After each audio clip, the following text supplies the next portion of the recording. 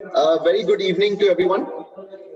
We at Naredco are glad to present another series of knowledge webinars under Naredco Realty Bridge, where industry experts will share insights on technical aspects to improve profitability and enhance knowledge. Before we begin, I would like to share a brief about Naredco. Naredco was established as an autonomous self-regulatory body in 1998. It was formed by the then Housing Minister, Mr. Ram Jethmalani ji, under the aegis of Ministry of Housing and Urban Affairs, Government of India. Naredco has always and will continue to strive for uplifting the real estate industry and act as a bridge between developers and the government. The main objective of Naredco is to induce transparency and ethics in real estate business and transform the Indian real estate sector into a globally competitive business sector. Today's webinar is on a very interesting and broad topic of redevelopment with combination schemes for improved profitability and premium reduction benefits. Few key points to be discussed are schemes of redevelopment, premium reduction benefit, and stamp duty implications, tenant in redevelopment, society redevelopment, and details on central business districts. With this, I would like to welcome our esteemed guests and leaders for today's webinar. Thank you. So friends, a very good evening.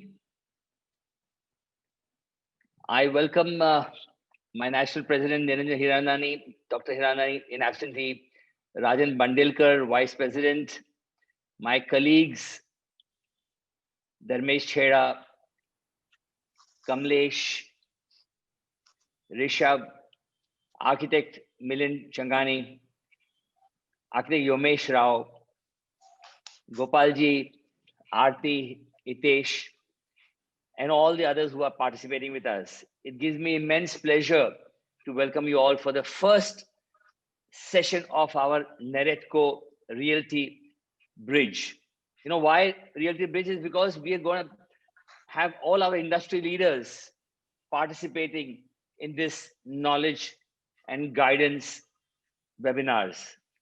I personally feel that knowledge sharing is the most important aspect of our industry. We usually, work in close quarters, but at Naredco, we have seen that how one can, hold each other's hands and walk together is very important. This series, will empower our members with adequate knowledge. We're going to have this every month. The next one, I can assure you, will be in February. Sometime we'll fix the date. It'll be on PMAY, where we'll have the Chief Secretary to grace it. Today's session is going to be divided in two parts, as Rishabh just told us. One will be on the reduction of premiums, which has just come recently. There are a lot of questions in people's mind. I mean, they require clarity, which of course Yomesh and his team is going to enlighten us. The second part of it will be about what is, what are the benefits 33.7, A, B, 33.12, as well as 33.19. What benefits we can get, how we can utilize the entire potential in commercial to get 5 FSI. Both our speakers, along with Architect Manoj Desaria, will enlighten us about these topics. And I'm now looking forward to participate with your participation in both these sessions.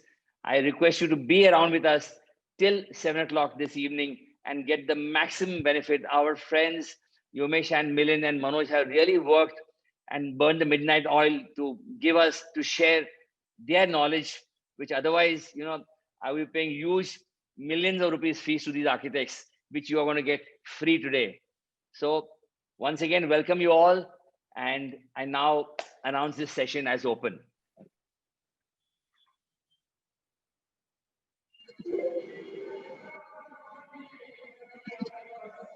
Abhijit, for you to take it ahead. So we have Rajan sir also who has joined us. Yeah, welcome Rajan sir. Thank you, sir. Thank you, and sorry for coming late, sir.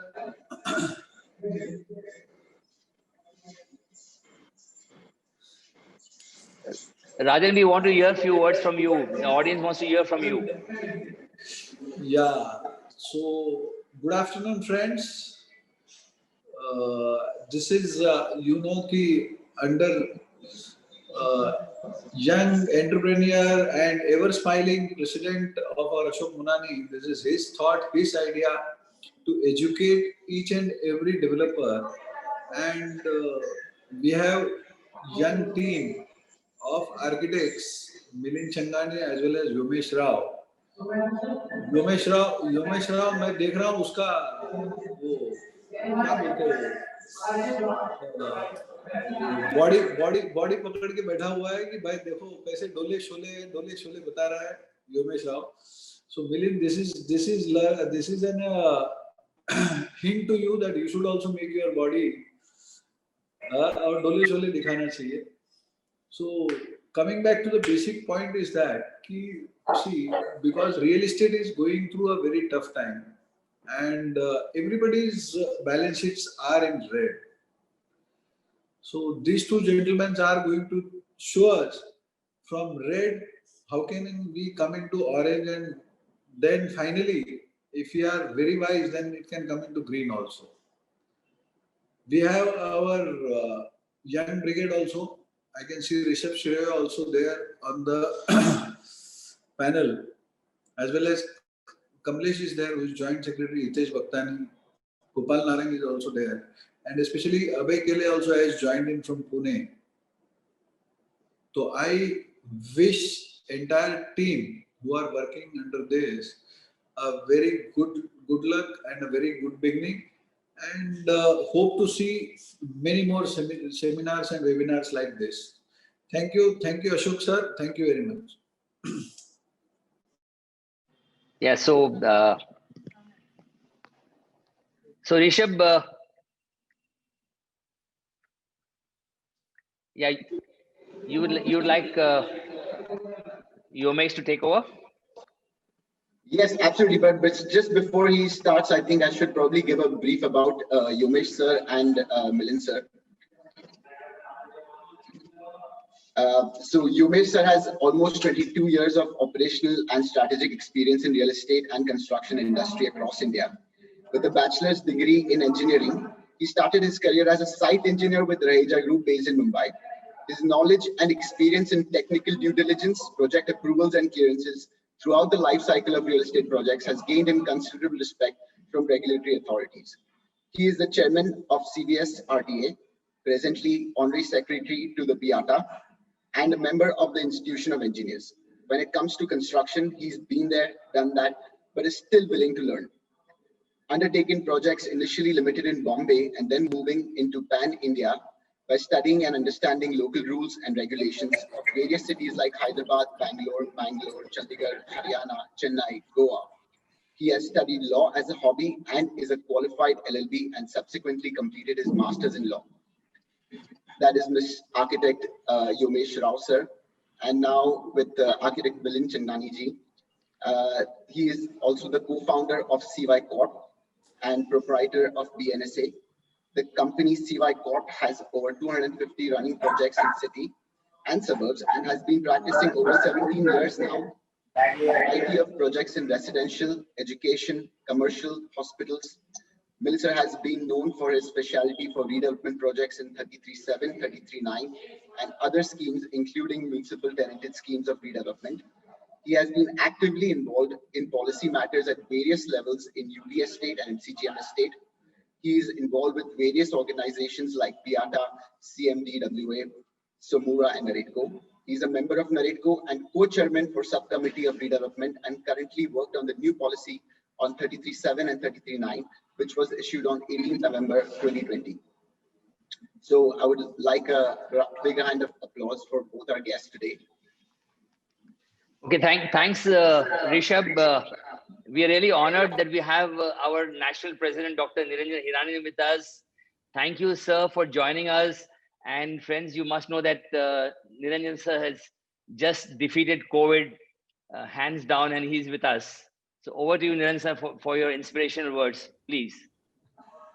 Thank you very much, Ashok Monani. I've just been out of COVID, so it's thank God that I really got away with it without too much problem at all. And though it took me 2 weeks to get out of it, but it's been an experience. So please be careful. And those who haven't got it, please try and see that you maintain your masks and other things still till you get your vaccination. So really take care. I'm so glad that we are, on this learning mission. I think this is extremely important because up till now, a lot of developers, all the people connected with the real estate industry actually were not knowledgeable enough, and people felt that they were really not contributing in terms of learning experience that we have today. With kind of leadership that we have over here at NAREDCO West and all the other people who are there, I think a world of difference is being seen, where I think this learning mission is taking place, contributing, interacting with government, trying to see that policy changes are done, whether it's been for the stamp duty, whether it's been for the ready reckoner rate issues, whether it's been for the premiums that we are fighting for. And of course, we have to be grateful to the government because they have been proactive. In fact, probably in India, the most proactive government of all in terms of it, and this is recognized by one and all. So we have to be grateful to them in order to do it, but we cannot let go our efforts in order to continue this mission. So my heartiest congratulations, Ashok, and to the whole team, which is actually doing it. And I think what a wonderful team you have gathered today. So I'm looking forward to learn a lot. Thanks. Thank you, sir. Thank you, sir. And we have architect Manoj Desaria also with us.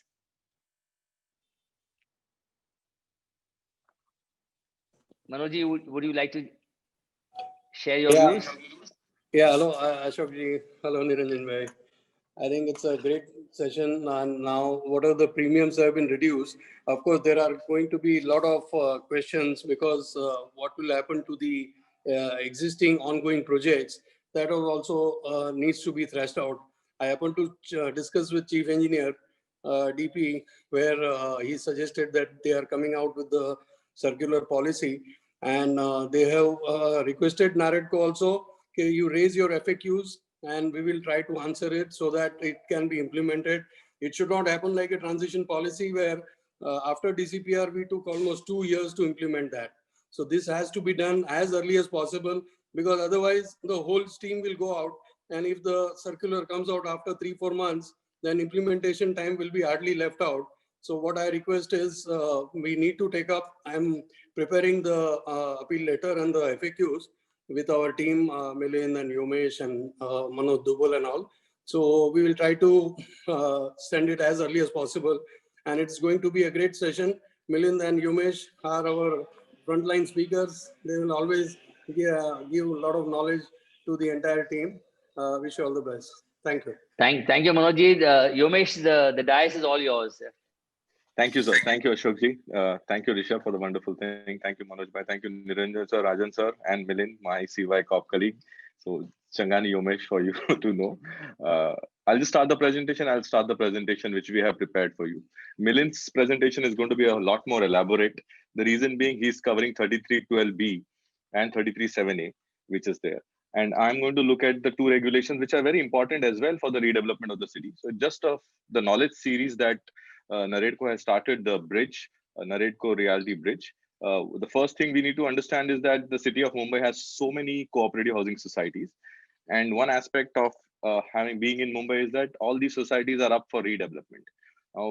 We all know that there's always been a circular or a notification or a policy which the government intended to bring for self-redevelopment, which was just a policy, but the implementation of the same is still pending. We are still awaiting what kind of incentives they would give for self-redevelopment.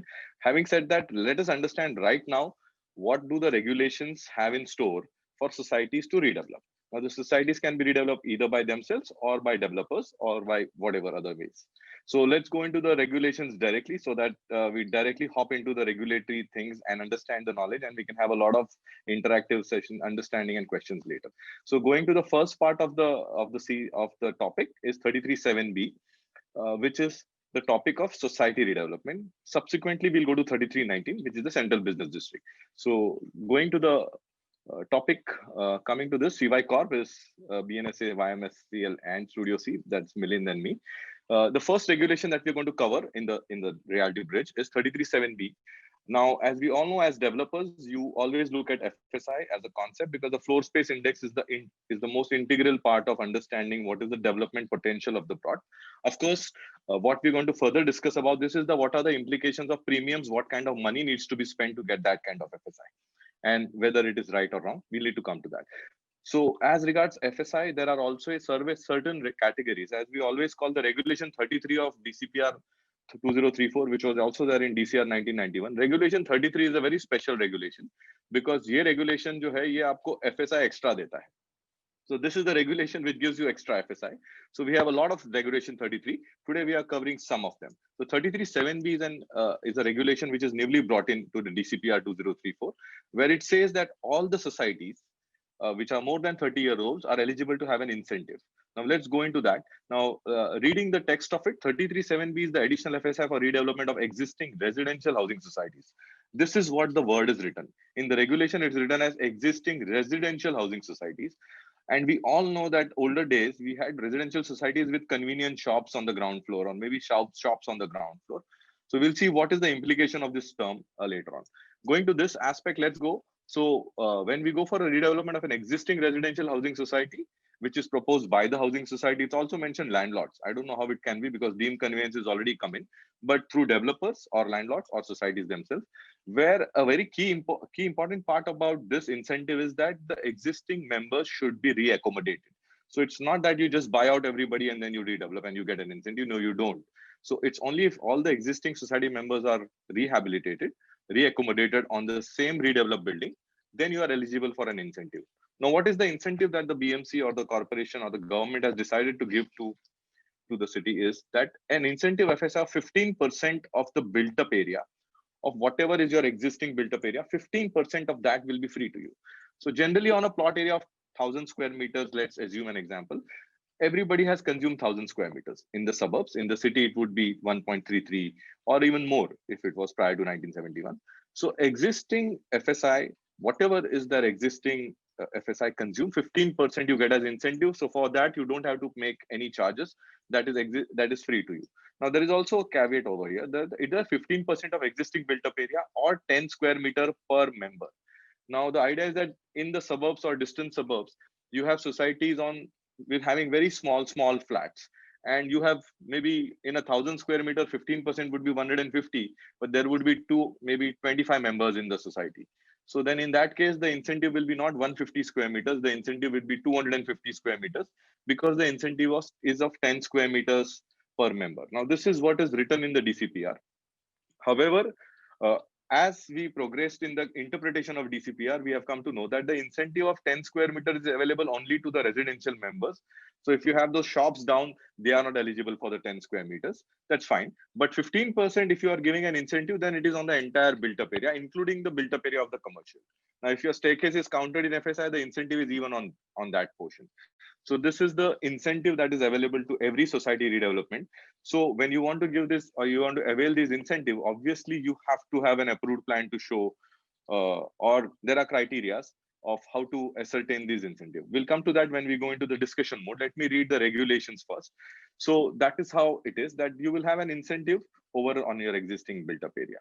Now, the regulation 30, the FSI concept of DCPR is as per road width. Now, if your existing built up area plus incentive is lesser than your potential of FSI as per regulation 30, which is FSI 2, 2.2, 2.4, 2.7 or 3, then you can avail the remaining area by taking TDR, taking government FSI and loading fungible over it and increasing your potential. So the total potential of the project remains as per regulation 30. However, your existing plus incentive is what is available to you without charging any premium.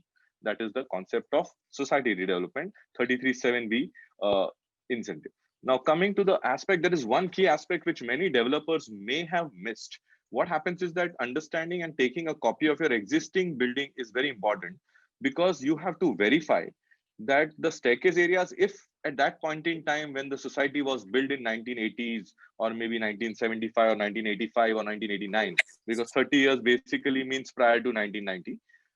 So if prior to 1990, the society building built had paid staircase premium at that point in time. So if it had paid staircase premium for 100 square meters, then for 100 square meters of staircase in the new building, you don't have to pay any premium. So that is the concept of protected development under regulation 30C. The same has been given also in 33(7)(b), that whatever staircase areas premiums the existing building has paid for, that much extent of staircase premium you don't have to pay. So that's a very good thing. Please remember this. For that, you need to prove that there is an exemption of staircase area in your existing plan.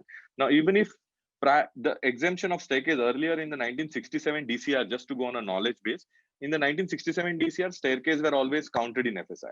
However, in 1971, there was a circular by the government which said that staircases could be exempted. So ideally, on a theoretical basis, those buildings prior to 1971 would definitely not have staircase exempted from FSI, because at that point in time, staircases are counted in FSI. However, after 1971, if your building is built, I would suggest and recommend that everybody checks their plans of the existing building. So you can check if the staircase is exempted from FSI, you might be eligible to get some additional monetary benefit by virtue of the staircase being exempted at that point in time. So very clearly reading in that regulation is that if the staircase areas are claimed free of FSI by charging premium as per the then prevailing regulation, then such areas to the extent that were granted free without will be granted without charging premium. So that is the aspect of free of FSI without charging premium. However, if the staircase is counted in FSI, I mean, at that point in time, let's say it was counted in FSI, the developer did not pay a premium because at that point in time, FSI was not as precious as it is now. Of course, it must have been precious, but not really as much as now. But the idea is that if that case, the incentive of 15% would include the staircase area also. So that is a very good thing that you need to understand under 33(7)(b). So ideally, whenever any developer or any architect has to look at the concept of 33(7)(b) as a development, I would always recommend and suggest that you try to see and get a copy of the existing structure plan, which could benefit a lot to you. Now, the aspect, coming to the point that everybody in the society has to be rehabilitated. Having said that, legally speaking, those existing members can always sell their flats. So that's not an issue. They are transferable commodities, so they can sell their flats. So the key condition that has to be looked at is that the redevelopment of existing authorized buildings, which are 30 years of age or more. Now, if you don't have any proof of 30 years, how do you say that the building is more than 30 years? So there are two criteria for it. First is that your occupation certificate should be prior to 30 years of the day you submit. Let's say if it is submitted today in January 21, then your OC should be prior to 1991. That's the idea. So if your OC is that. In case you don't have a copy of the OC, then the BMC has, in the regulation, it is mentioned that the first date of assessment, because whenever a building, because in Bombay, we know there are so many buildings which have no OC. And right now, these kind of buildings are also being redeveloped. So many buildings which had no OC and people have been living in it for the past 30, 35, 40 years. And they come up for redevelopment. They don't have an occupation certificate for their existing building. But then they would always have a first date of assessment, because whenever they occupied the premises, the BMC property tax department would have been very sharp enough to levy a property tax on them the moment they started occupying. So their first date of assessment will be considered as the date to understand whether the structure is 30 years old or not. Now, the one thing that I have encountered in one of my projects, or maybe 2-3 of my projects, which also you might encounter, which probably we could look into the government to look at, is that certain buildings were constructed for a period of 7-10 years, and subsequently they got OC later on. And I have one such building which was actually declared dilapidated, and it has been demolished, and the age of the building was 28 years. So unfortunately, the building is demolished. It required redevelopment. It is actually going for redevelopment, but they will not be getting any incentive because the regulation does not specify anything less than 30 years, even if it is declared dangerous and dilapidated under Section 354 of the MMC Act. So this is one aspect which we need to understand. Probably NAREDCO as an association, PIATA as an association, and other associations can look to probably asking for something from the government at the later point. Now, fungible FSI of existing built-up area, this has been there since 2012. That the existing built-up area, whatever is the existing built-up area, the fungible of that is free. Now, incidentally, the fungible is 35% across the spectrum for all users. So 35% of your existing built-up area is going to be free fungible for you without charging any premium. So the idea is that whenever you do a redevelopment, the existing member will always get 35% extra area by virtue of free fungible. Having said that, the fungible cost is not there, but the development charges has to be paid on that as well. So in case the scenario of redevelopment is a very tricky or a very borderline scenario, a developer can consider going on the other direction. Having said that, he cannot use it for his own use unless there has been a resale, which we have recently seen in a couple of cases, which we can have in the question answer sessions. Now, the only thing is that the regulation has been very clearly earmarked in 33.7b. It has been earmarked that in 33.7b, which is a society redevelopment, this 15% incentive will not be given to the proposals under redevelopment under 33.5. Now, this is MADA. In MADA, you directly have 3 FSI. So is in 33.7, you directly have gross plot area 3 FSI, which Milind is an expert in. So here, when there is already an incentive in FSI, there will be no further incentive of society ka 15% or 10 square meters per member. Neither there will be any incentive of 33.7b for cases under, even for societies under 33.5, 33.7, 33.8, 9, 9a. Now these are urban renewal schemes because they're also the incentive FSI is more. 33.10, 33.10a is the slum rehabilitation schemes, and 33.20 is the accommodation reservation. Sorry, AH. It is this weaker section housing scheme. Having said that, these regulations will not get any incentive of society, but there are also instances of societies having tenants in the chawl. Like we have encountered so many societies which were built by keeping the existing tenants because they did not vacate their premises. The society was constructed, the society got the conveyance of the whole land, and there is a chawl on the left side or a right side or whatever side, and these tenants in the chawls are the tenants of the society. Now the land is conveyed to the society, the owner of the land is the society, which can go for 33.7b. Also at the same time, there are tenants in the land. So in such scenarios, 33.7a can be actually combined with 33.7b, where the proposal combination will be in proportionate land basis. So the FSI will be segregated of how much FSI the tenant is having, how much FSI the society is having. Likewise, the proportionate land will be divided and the incentive will be given and the FSI will be given on that basis. So the proposal can be combined with the 33.7a. This is the scheme as far as 33.7b is concerned. Now, 33.7b society redevelopment is a very, very simple regulation per se. It's got only 8 points in the regulation DCPR. So you can actually read it in 2 minutes and the whole regulation goes away. It took me more time to give you a presentation than the time it took me to read those 8 points. Having said that, the problem is that when you read those 8 points with 10 different perspectives, the interpretation of those same points appear to be different. So these are the things which we encounter as professionals, and we actually deliberate and actually argue with the government and the BMC to understand it in a way which has been the spirit of the regulations. So that is as far as the regulation of 33.7b society redevelopment is concerned. We are hoping that the government comes up with the self-redevelopment incentive as well, which probably could do a lot of things for redevelopment of societies. There are so many issues that we face for redevelopment of societies, such as many societies are actually on 6-meter roads, and those societies cannot be developed unless the road is widened to 9 meters. And unfortunately, though the DCPR 2034 mentioned that road setback will be over and above the FSI as per regulation, so it will be 2 plus the road setback over and above it, or 2.2 plus road setback over and above it. Subsequently, there was a modification, and because of which the road setback over and above has been kept in abeyance, and the road setback is within the cap of TDR. So this aspect of the regulation, which has been released in 33.19, is causing a little deterrent as 33.7b.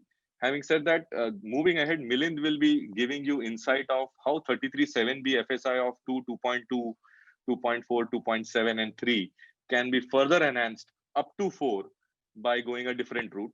That is the aspect which Milind Changani will be covering up subsequently. I will be closing this incentive because this is a regular residential building redevelopment or a regular development where the FSI cap is there. Society will have an incentive of 15% or 10 square meters per member, considering it is more than 30 years old.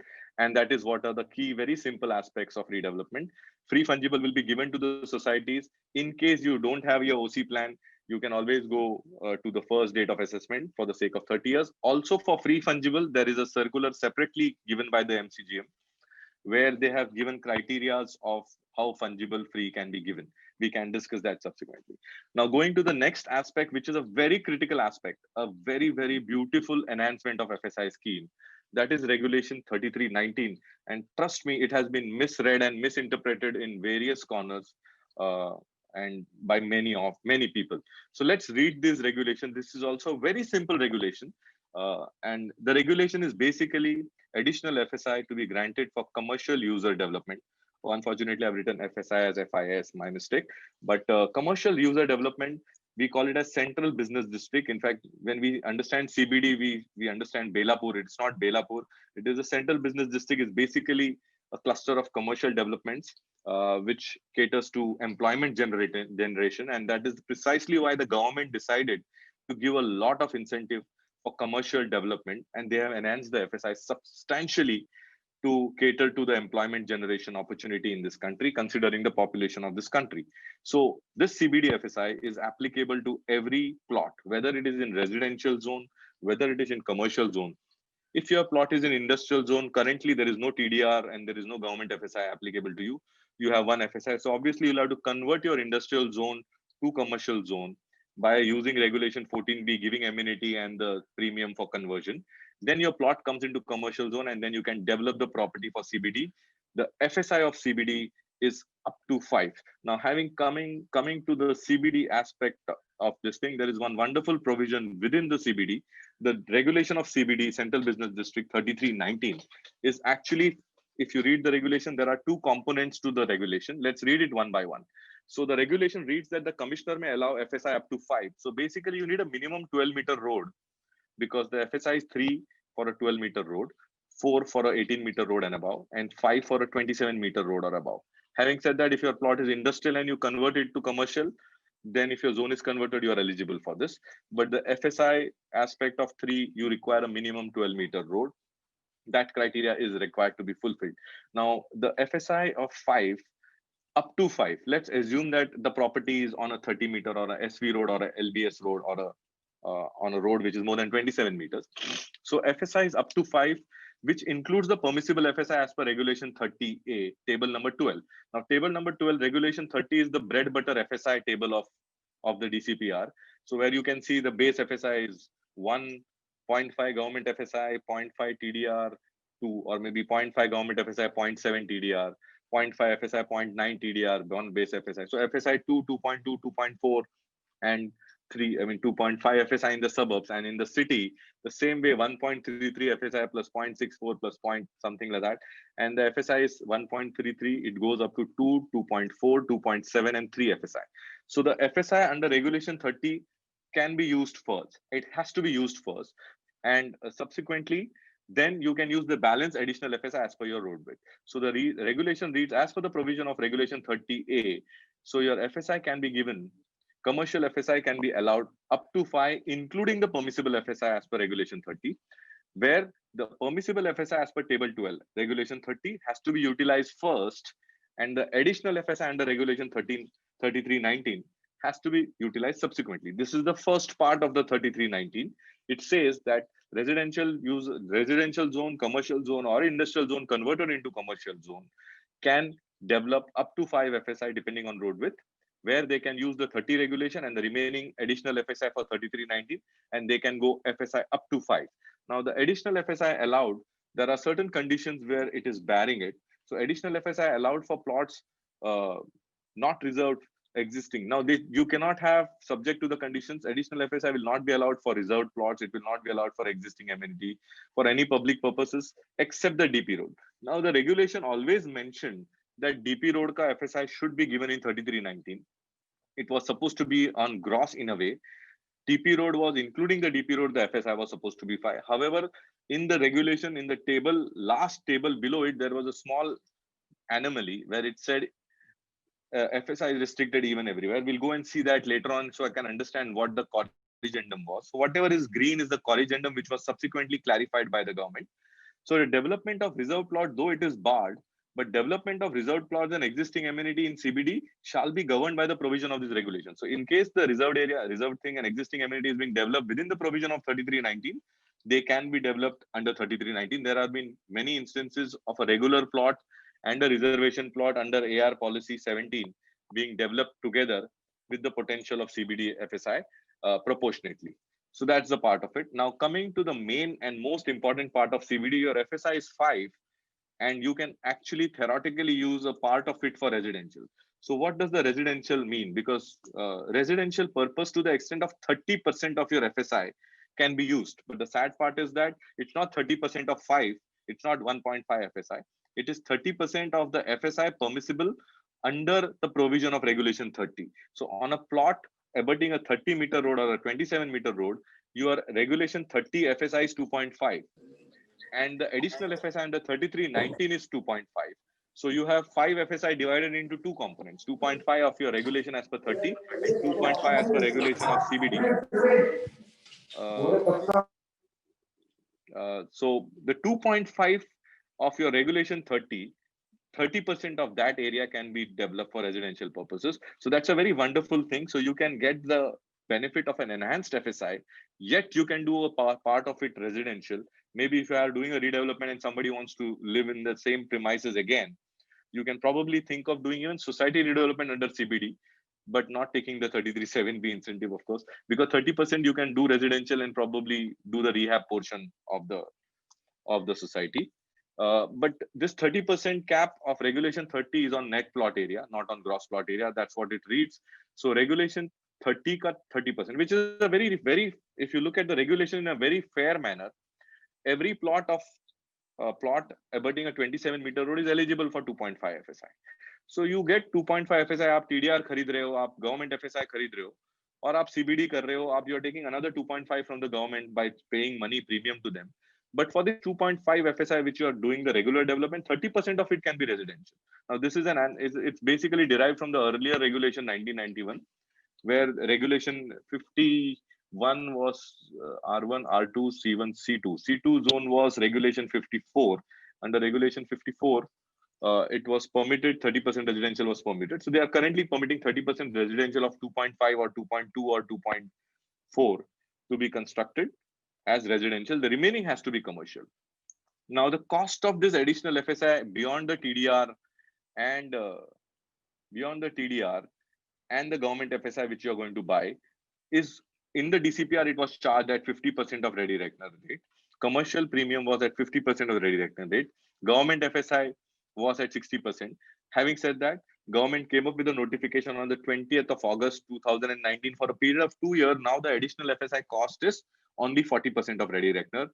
And after the reduction which has come in recently, the cost of FSI for commercial will be only 20% of ready reckoner. So it is the cheapest you'll be ever able to buy FSI in the next 11 months to come. Till December 2021, the FSI cost is going to be the cheapest, but you should be trading very carefully when you do such kind of a decision on your real estate projects. So provision of inclusive housing is not applicable in this plot. So even if your plot is 5,000 square meter or 10,000 square meters, inclusive housing is not applicable to you. The reason being you are doing a CBD and there's going to be hardly any. Only 30% residential is permitted within the regulation framework. So this is the first part of the regulation. Everybody actually reads the regulation as a toto, but in the same regulation, there is a proviso. Then I think we should read this proviso very, very carefully. So the first part of the regulation is over, that you can go up to 5 FSI with 2.5 FSI as per regulation, and the remaining 2.5 you can take as additional FSI, or you can take 2.2 as regulation 30 and 0.8 as additional FSI, or you can take 2.4 as FSI regulation under 30, and you can take 1.6 as additional FSI. But provided that in case of entire, let's say somebody is doing no residential in his, then he is entitled to what? Provided further that in case the entire commercial development is on a plot of commercial in residential zone of more than 12 meters road and satisfied all the other provision of this regulation, the commissioner may allow FSI as detailed below, which is in the next table, including the permissible FSI as per regulation 30 for commercial. So the commissioner can actually allow, what I read in this regulation is that the commissioner can allow कि आप TDR मत खरीदो, आप government FSI मत खरीदो, you buy only CBD FSI, additional FSI at 50% of ready reckoner, and you can go up to 5 FSI. This is what the regulation reads, and it's a proviso. It's proviso beyond what the first part reads, that provided further if you're doing full commercial with no residential at all, you're not doing that 30% residential, then you are eligible to take everything as additional FSI by paying 50%, which is now reduced to 40, then it will be reduced to 20 till December. Now, here the anomaly is what the corrigendum required was for commercial development, excluding area covered under reservation designation in the DP, except affected by road. So here also it was very clearly mentioned that the deduction of FSI 5 is only the reservation has to be deducted. The road need not be deducted for the purpose of FSI. And this is on the payment of premium. In this case, no residential will be allowed. So obviously here, so this except road was always there in the regulation. However, what had happened is that subsequently in this regulation, this table was there. So as per the table, the FSI was 3, 4, and 5, as you can see as per the road width. So the FSI was 3, 4, and 5. And in the note below, it was mentioned on the plot area, excluding area to be handed over to MCGM, appropriate authority in lieu of reservation of existing amenity in the DP. So it was written existing amenity, proposed roads, prescribed RL, etc. Now this yellow, the green thing, except affected by a proposed road, was introduced in the corrigendum, which was dated 24th of September 2020. So the regulation 3319 came on the 12th of November 2018. And after which it took us 2 years to understand that CBD was on gross plot area, not on net plot area. It was including the road. Now, having said that, the residential component is as per regulation 30, which means it will be on the basis of calculation as per 30, which is on the net plot area. Uska 30% you'll get residential.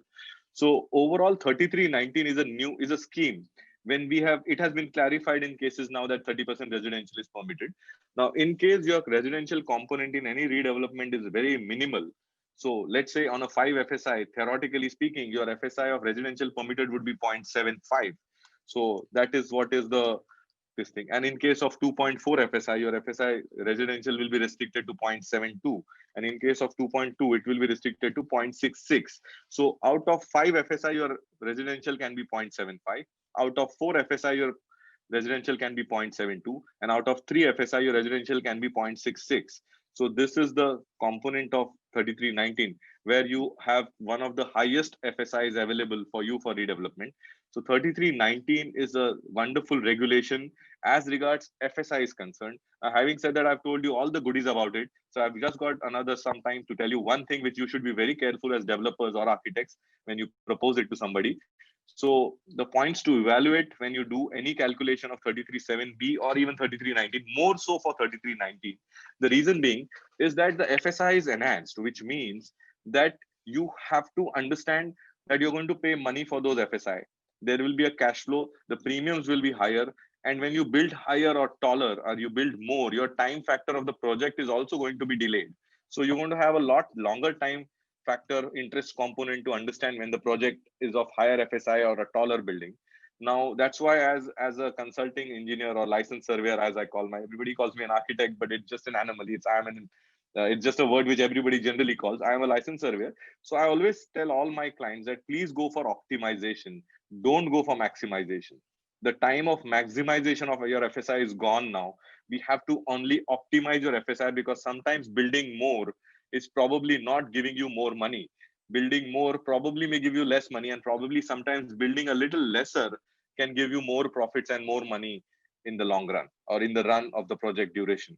That's one part of it. And the second part of which we need to understand when regulation 3319 is considered is that whenever the commercial building goes beyond 32 meters, it becomes a high-rise 32 meters, high-rise commercial. Unlike residential, where you can go up to 70 meters with one staircase, in case of a commercial development, you have to go for 2 staircases in case of commercial development. That's the key aspect of commercial development. That whenever so that's why when you are opting for a 3319 in a very small plot, you should understand that you're going to have 2 staircases and those 2-3 elevators. So you have to understand whether your office area is going to be worthy space and it's going to be efficient enough that way. So very careful, you have to see when you're building more than 32 meters. Larger plots absolutely should go ahead and do this, maybe wing wise. But on smaller plots, you should be careful whether you want to go for maximization or you should rather go for an optimization. Also, one more aspect which we need to understand is that the open space deficiency, when you go for a CBD, there is nowhere in the DCPR it is mentioned that when you take additional FSI for CBD, there is any relaxation in open space deficiency. Like for slum TDR, it is at 10%, for fungible, it is at 25%. But for CBD FSI, it is at 100%.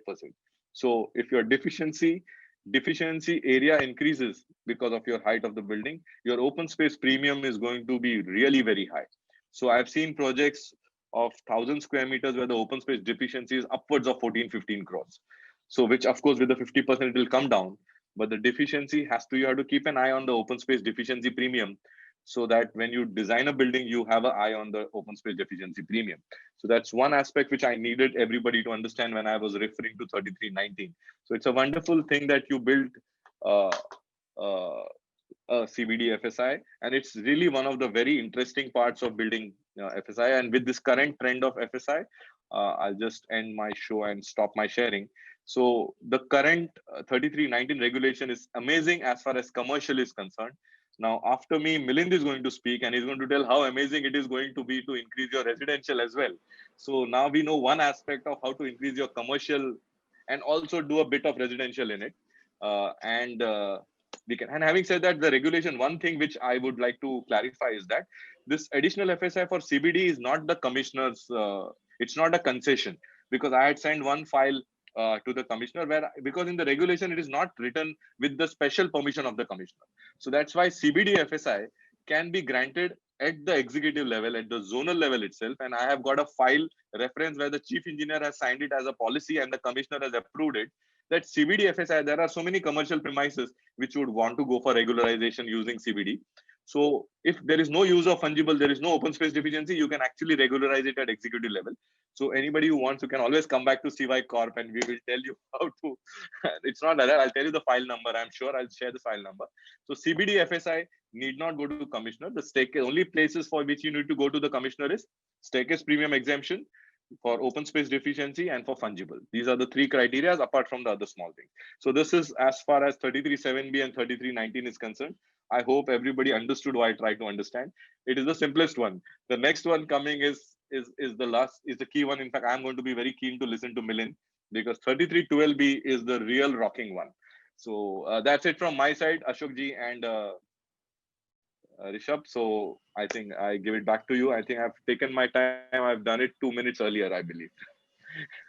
Thank you, Yomesh. Are we going Ashok. to enlighten others about the premium rebate that we've got? Are we going to talk about that also?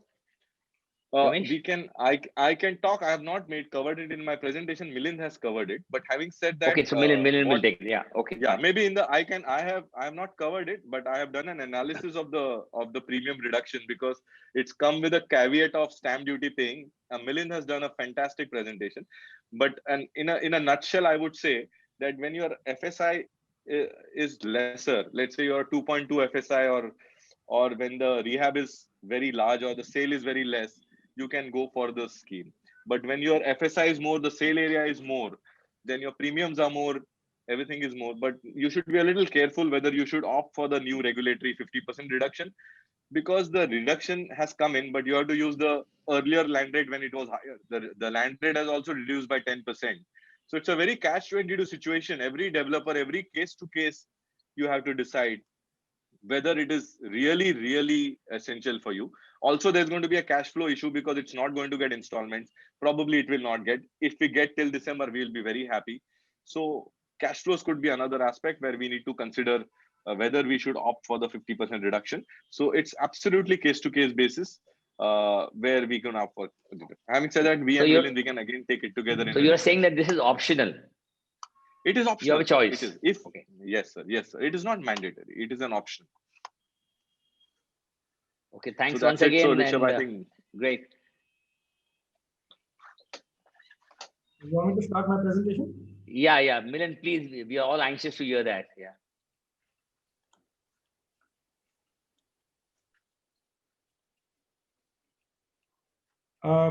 Thank you, everyone. I think good evening, friends.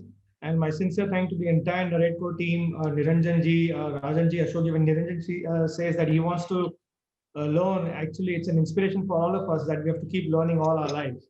So this is a great webinar series Ashok ji has encapsulated to start, a reality bridge, which is to need to bring all of us together to share a platform on this platform of the knowledge between all of us. And now the next three regulations are the two regulations I'm going to talk about is 33.12 and 33.7a. And then we'll be discussing the premium savings and various calculations on various scenarios. 33.12 actually, it's got actually a win-win situation. where the city needs to have infrastructure projects, road widening projects, and there are a lot of structures that are coming in the alignment of the road. And it's going to give us more FSI. At the same time, MCGM is going to get free units for themselves to rehabilitate these project affected people. Now, 3312 is made into two parts, 3312A and 3312B. In both the schemes, we have up to an FSI of 4 on the net plot currently. Now, 3312A is actually redevelopment of contravening structures included in TP schemes. And 3312B is the removal and reaccommodation of tolerated or protected structures coming in the alignment of road. Both these schemes actually work on a very similar principle as far as the FSI is concerned. As I mentioned, it is FSI of 4 on net plot, and it can be combined with any schemes that you are doing, combinations of schemes, whether it is regulation 30, 33.7, or any other scheme that you want to intend to do. And you can get this additional difference FSI from this particular scheme, where 67% of the total FSI of that additional FSI will go as PAP construction, and 33% will come as a sale incentive. Before I get into the FSI calculation, we've done a very detailed calculation for you along with the premium calculation and the cost that will come to you. Let us understand certain basics, and I've made a very Q&A after this like a session, so that all your questions are also mostly answered in this. Just to encapsulate before we get into a more detail, what is 3312A?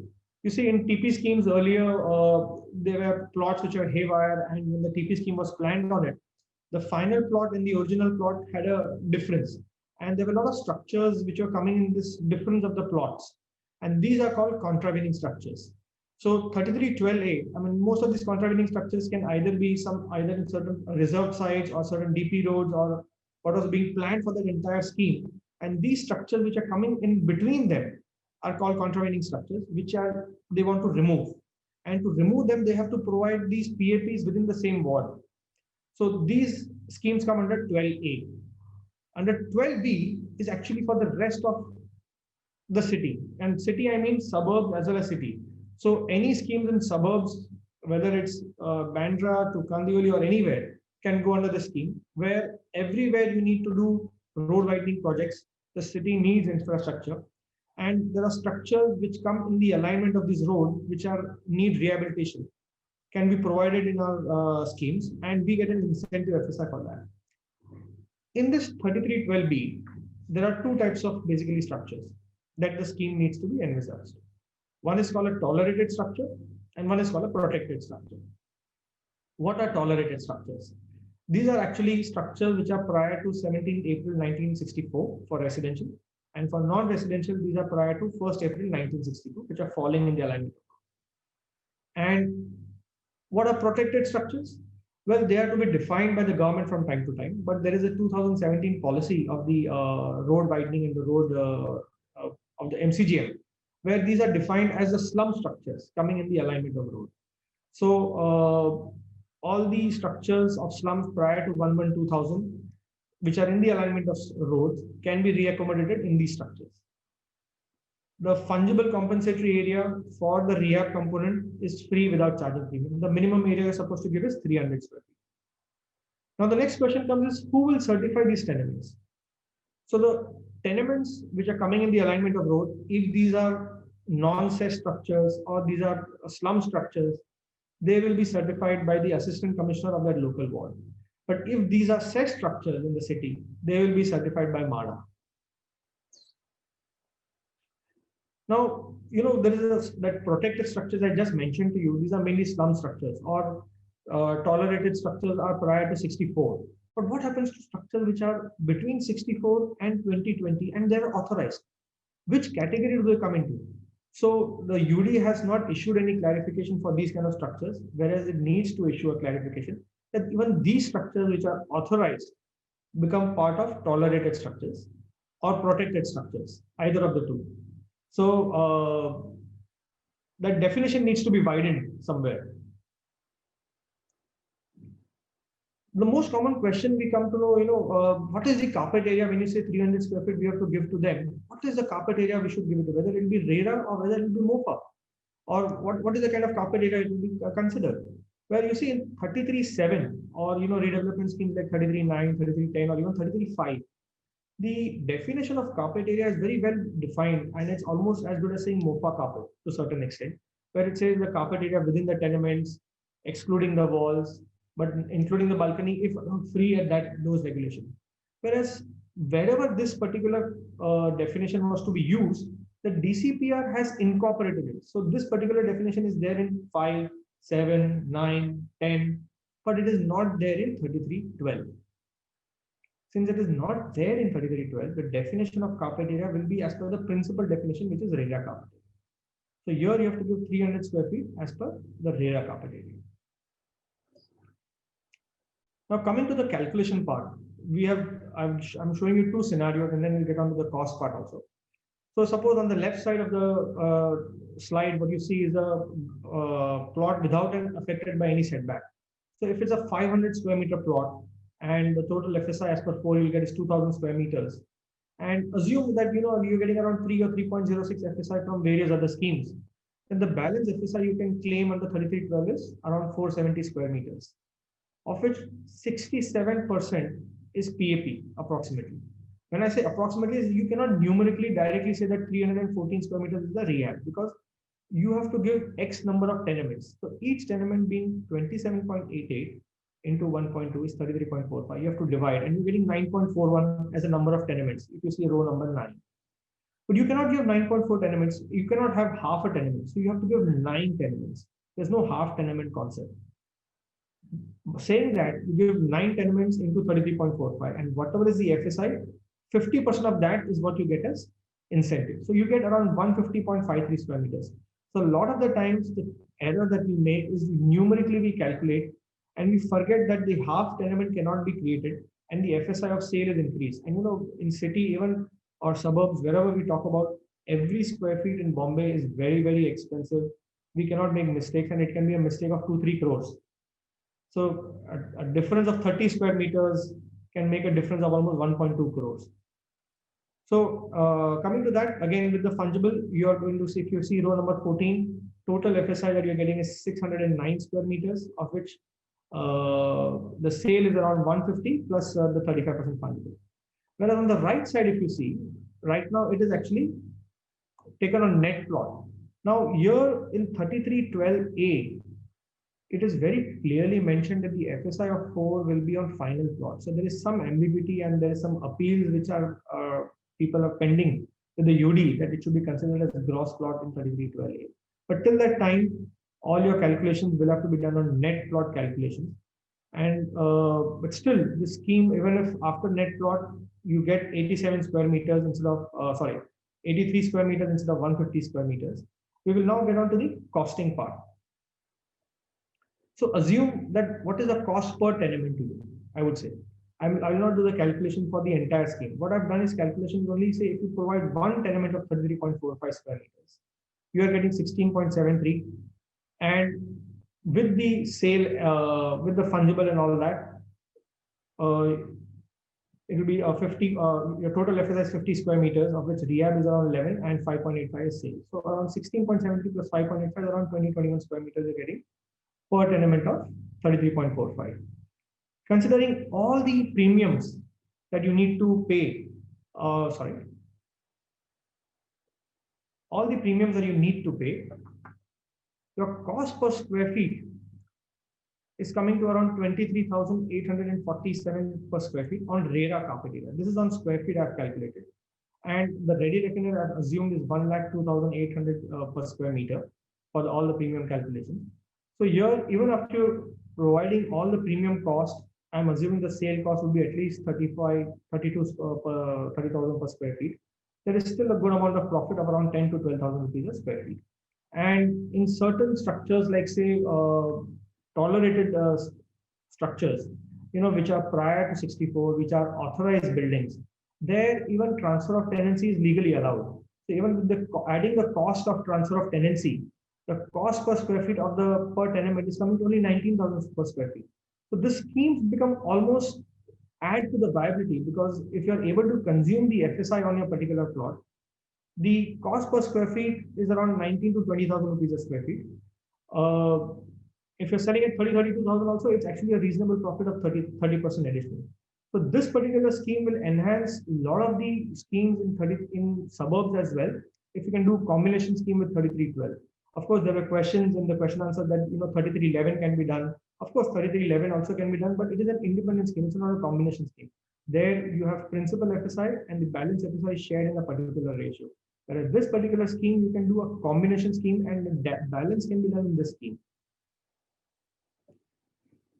When you're doing the scheme, I think there are certain obligations which are most important, and I think there is certain modifications also required. The first obligation the DCR stipulates that you need to do as an owner and developer is that you are supposed to execute tri-party agreement with the owner of the plot also, because once you rehabilitate the structures in your scheme, the plot is vacant and the plot has to be handed over for the purpose of road widening to corporation.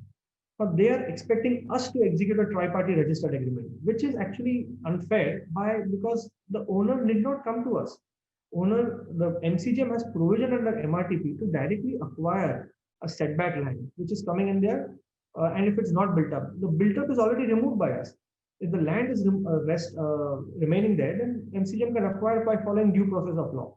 And why I'm saying this is because, the owner of the plot is not eligible for 2.5 times the FSI or the TDR, which you generally got for handing over of the setback. Here he's going to get only as per zonal FSI. So that means he'll either get FSI 1 in suburb or FSI 1.33 of the plot which is handed over, because there is an incentive given to the you as a project proponent for rehabilitating the tenements.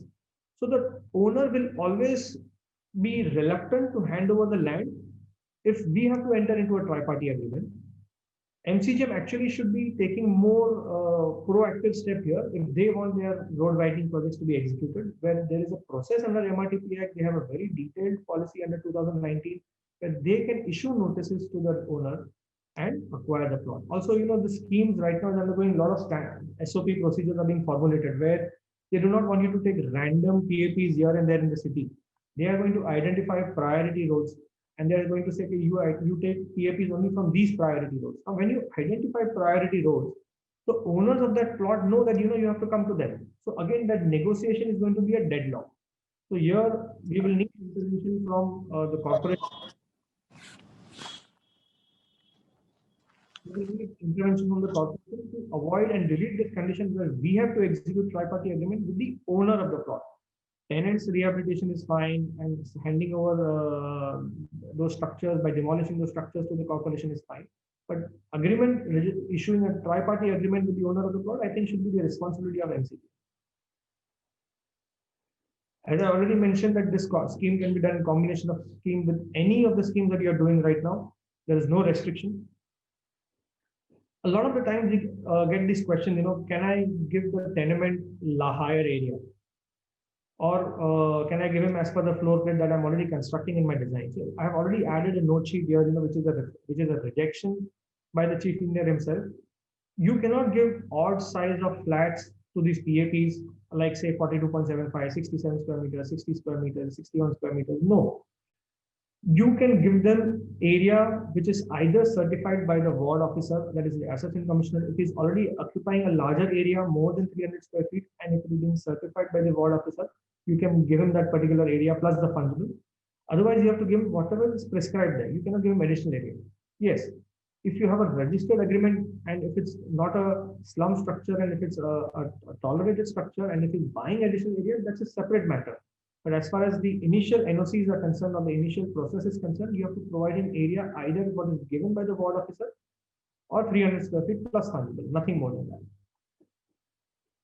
In terms of planning, you have to understand what I've written is around 3 options, but the crux of the matter is that if you propose to consume this FSI, if you have larger flats, you will need less number of floors.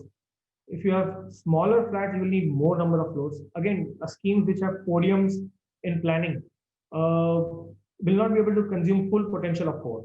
So you will need a mechanized car parking system. So I think when you start your scheme, you'll have to be more careful that if you're going for 3312 as a combination scheme, you'll have to ensure that you go for mechanized system or you keep provision of additional height in your scheme to consume the FSI that is getting from 3312.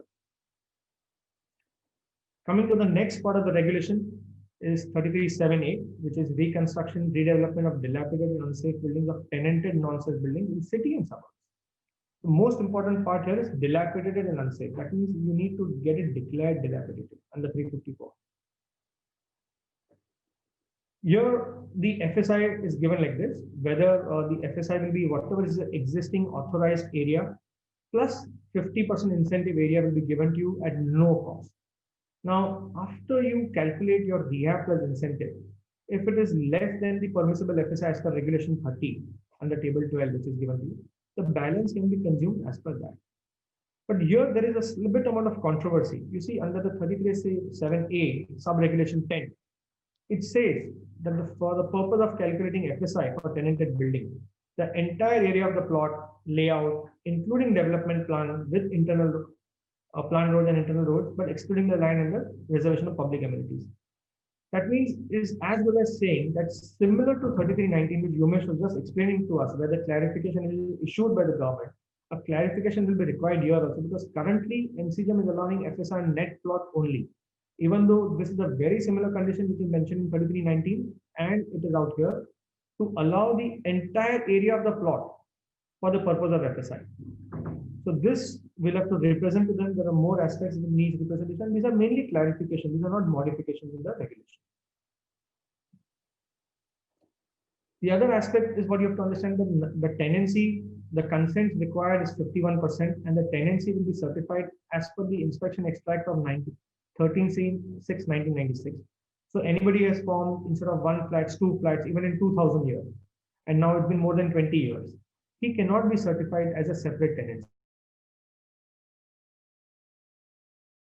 Suppose if somebody is occupying 1000 square feet, then the incentive will not be on 1000 square feet. The incentive will be maximum on 753 or 70 square meters only.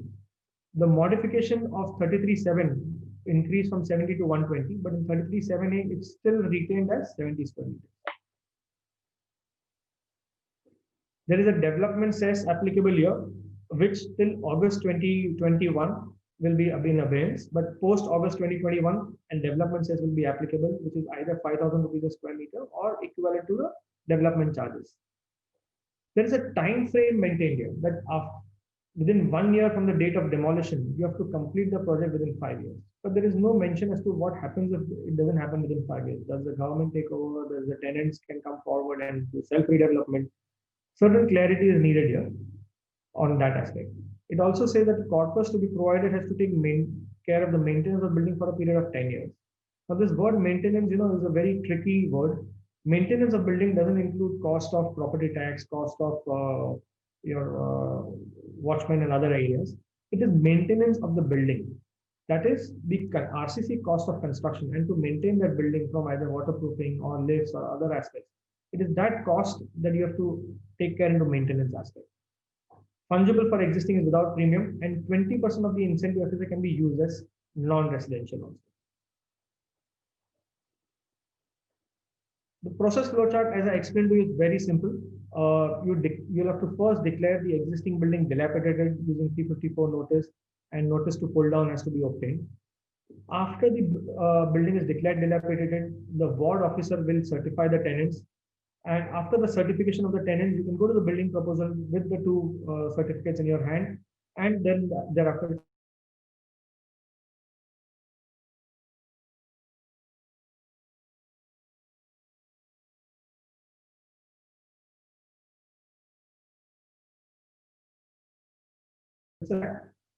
the consent formats. Now the consent, you have to understand that unlike in MADA and 33(7), we have only an 8-point, 10-point consent. Whereas here there are 13-point consents. Here they have also mentioned at clause number 11 that he can revoke his consent through court or by following due to process of law. So there are certain additional points in this consent which have been mentioned, and this is the particular format you're supposed to use for the consent. There is also a clarification issued by the UD. There are a lot of queries that, the buildings were demolished in 2009 and work is ongoing. Can we claim benefit of incentive? No, you cannot. It says that only if the structures were standing as on 27/5/16 and it complies with all the other guidelines mentioned herein, then only it can avail this particular incentive FSI. So a lot of the ongoing schemes were getting affected, which were prior to 2016. Certification of the list, the formats are finalized. The tenant list formats are finalized. Here they have missed out in terms of MCGM, the details of common carpet area and balcony. Because in 33(7)(a), the definition of carpet area has been again mentioned very clearly that it will be the area within the walls, but including balcony and even common carpet area. So it's very similar to 33(7), but the tabular form that has been prepared by the corporation needs an amendment. Now, I think we are coming down to the topic that all of us have been waiting for a long time on the premiums and versus the stamp duty impact. And let me first list down the various premiums. There are more than 20 premiums that we're talking about out here. Not all of them are getting reduced, like scrutiny fee, IOD deposit, debris deposit, development charge, development cess, estate one-time premium, transfer premium, labor FSS, extra water charges, sewerage charges, capitation fee, LUC. They are not getting reduced. What is getting reduced is only these aspects. Of course, there can be few additions here and there, but open space deficiency premium will be reduced by 50%. By you paying an X premium. And this FSI also is covered, fungible FSI. AVS premium is artificial ventilation shaft. When you're providing artificial ventilation shaft and there is a deficient side, there's a condonation premium, I2R premium, RG condonation premium. Then there is additional FSI under 33.2, 33.3, 33.4. These are all additional FSIs. Development says it is not applicable out here. But what you have to understand that post August 21, development says will come into play. Premium for condonation for handing over of land in 14A, which is 35%. I mean, if you're not able to hand over the land, there's a premium involved. So any heading which has a premium attached to it, or condonation premium or additional FSI premium, is covered under this reduction scheme. And any other charges, whether it's LUC charges or whether it's estate charges at present, they are not covered under this 50% scheme. What I've done is now I'm taking a series of 3 examples for you. The first example I'm taking for the city projects under 33.7, and where there are composite schemes where the rehab is more than the sale, the rehab is at least 50% of the sale, or it's an incentive scheme matter. What we have realized that the total cost of these premiums, not all the premiums, but the premiums which are getting reduction. If you see the parameters are on the left side that we have taken, but most importantly, what you have to see is the table B on the right side that we are talking. And we have taken the sale rate from the ready reckoner rate. So say starting from point number 1, the August, the fungible cost is 2.4 crores. The staircase lift premium is nil in case of composite buildings. Open space deficiency is only 10%. That is 2.5%. We have actually 25, that dot is missing. So the total premium without the deduction is coming to 3.9 crores. And after the deduction, if you avail the 50% scheme, is coming to 1.95 crores. Whereas the up to March 31st, the stamp duty is 3% on the entire sale plus fungible. And that cost is coming to 1.76 crores. Now, I'm assuming that your sale price is on par with ready reckoner rate. If the sale price is higher than ready reckoner rate, then this cost is going to be further coming down. It's only 18 lakhs out here. Now, after August 21, what happens? You see, after August 21, the fungible cost increases from 35 to 50% because the circular is valid only till 20th, from 20th August 2018 till 2021 for a period of 2 years. Then this thing is going actually in a loss. Just a minute. So then there is a loss of almost 46 lakhs out here. So in case of composite buildings of 33.7, where you've got already benefits under open space deficiency and the staircase lift, this particular scheme is not really viable for you. Of course, case to case basis, they need to look into it. That doesn't say that the schemes become viable because this thing is you're not taking this benefit. Because there are a lot of other costs like the estate cost, which is introducing one-time premium and transfer charges. And the Department of Estate is reluctant to give this benefit of 50% because they are thinking that they are as a land owning authority and not a planning authority. However, that can be debated on some other platform. At present, these are the facts of the matter that these departments are not going to offer. So the overall viability in these projects are still lower comparatively. So most of the city cess projects which are under composite schemes are neither benefiting nor are they becoming viable in terms of execution. However, assume the second example now. Say this 33/7 scheme is for a non-composite buildings.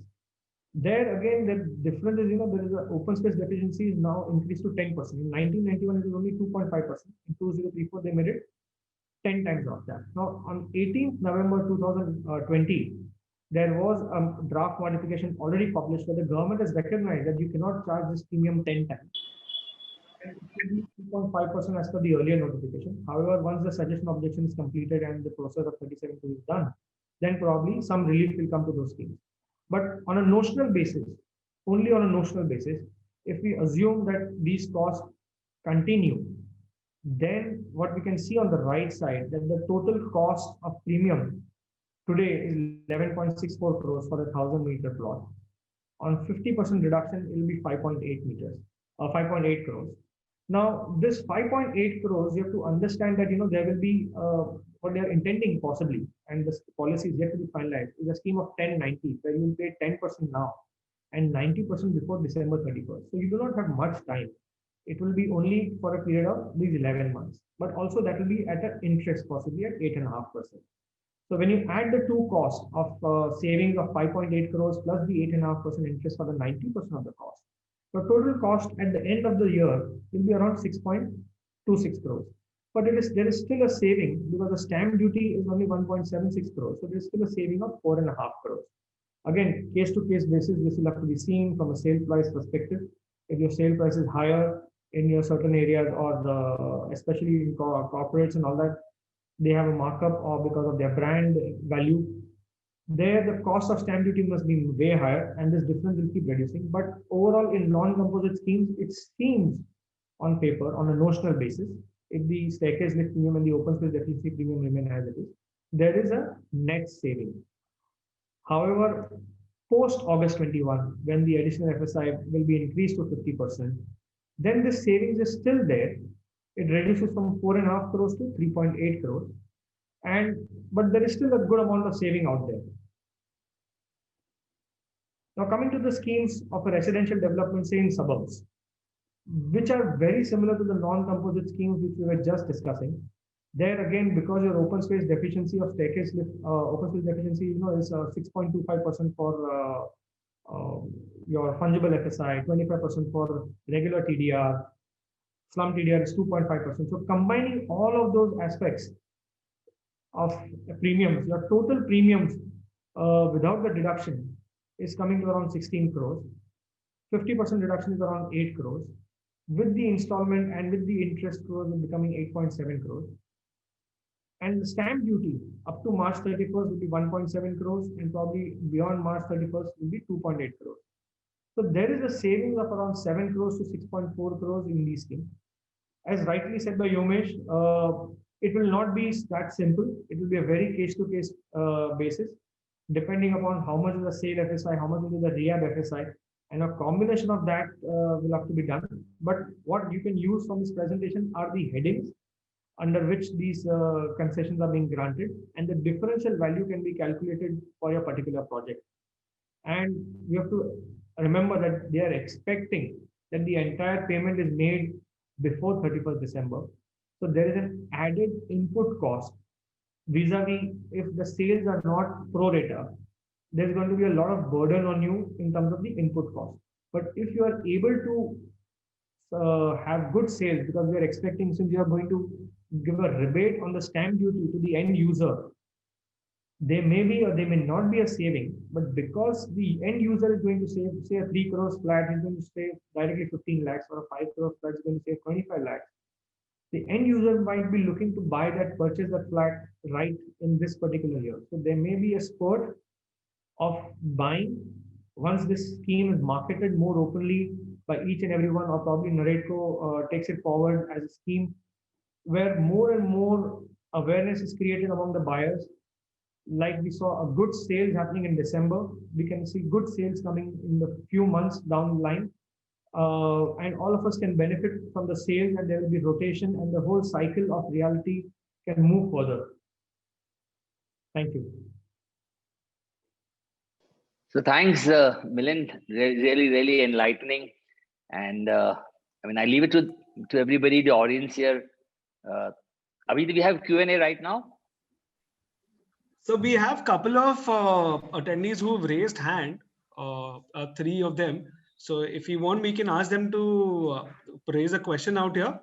If Milind Bhai and Yomesh Bhai are okay with that. I think there are some question and answers even on the dialog box. We can take them up, and yeah, of course we can ask questions. We can Done. So Manoj Bhai is also there. We had a question that we had received on the email. So we've forwarded that to Manoj Bhai. Manoj ji, if at all you could raise a question to the panel, please. Yeah, 1 minute.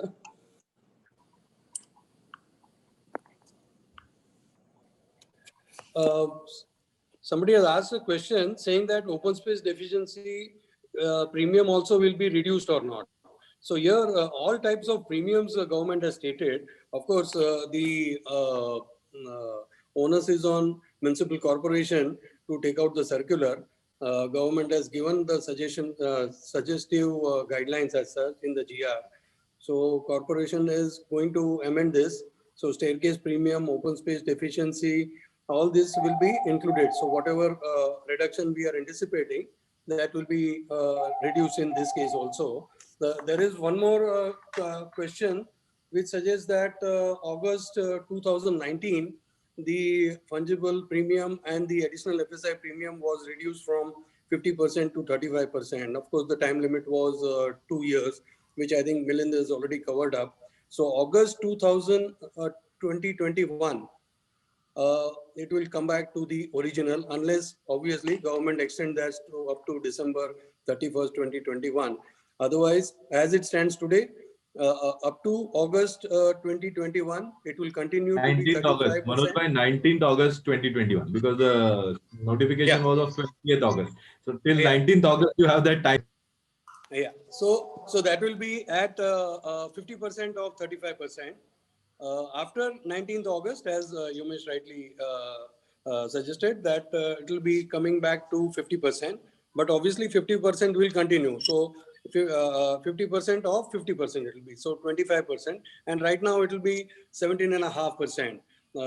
But I hope it will be pushed to December. So all date will be 31st December 2021 only. But as it stands, yes, August 2021, 19th of August, that rate will change from 35 to 50. So right now, at present, up to 19th August, it will be 17.5%. That is 50% of 35%. I think 2 questions were asked, and one more is, if we opt for development under 3319, we are proposing 100% commercial user in the proposed development. My plot is abutting to 30-meter wide road. In this case, I am eligible for 5 FSI. My question is, can I utilize CBD FSI instead of FSI as per DCPR 30A1? Actually, up to 2.5, you will have to follow 30A1.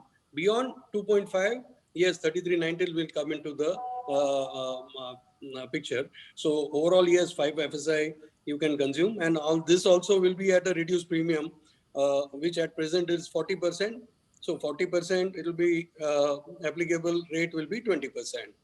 So in case of going for 50% reduction in premium, the stamp duty payment to be borne by developer, yes, that is the one of the condition where developer will have to give undertaking that stamp duty they will not be charging, and that is how it stays. So this even RERA also, they are going to connect it. So this is one of the condition. Really, developer will have to work out whether 50% rebate is more fruitful, or the waiving of stamp duty vis-a-vis how it stands. So, and one more thing is 10th of January, because of the COVID period, they had extended. So payment that 9 months rate of interest was not applicable. So corporation is thinking of extending that 10th of January to maybe 10th of February or so. So all the developers will not be defaulters and they will be eligible for reduction in premium for those who were due on 10th of January as such. So that is one of the good thing which is going to happen. So we hope corporation comes out with the adequate circular as early as possible. Yeah, thank you. Milind, I had a question for you. Yes. In my project, I'm making 10 apartments and 4 I want to sell and 6 I want to keep it for myself, for my family use. So am I eligible to claim the reduction in premium and pay it off before August 21? Yes, sir. In fact, there is a query that you've already sold certain flats, and now the balance flats are not sold, and you're going to claim the FSI this premium reduction on the entire balance thing. So I don't think the NCGM is going to get into the complications of what has already happened. So it will be a prospectively and not a retrospective effect. So whatever is the balance flats to be sold, and if you are not going to sell, it remains with you. So there is no question of any other implication. Only for the number of flats you're going to sell from this day onwards, the stamp duty for those particular number of flats has to be borne by you. One small addition. Possession. Small addition, Ashok Bhai. Yeah. The issues of school, hospitals, hotels, those who are going to have a self-use, there is no sale. So for them, there is no direction. So corporation is going to write back to government saying that whether these projects are also included or not. So that also clarification will come in next 10 to 15 days. So we are covering up in our representation from NAREDCO.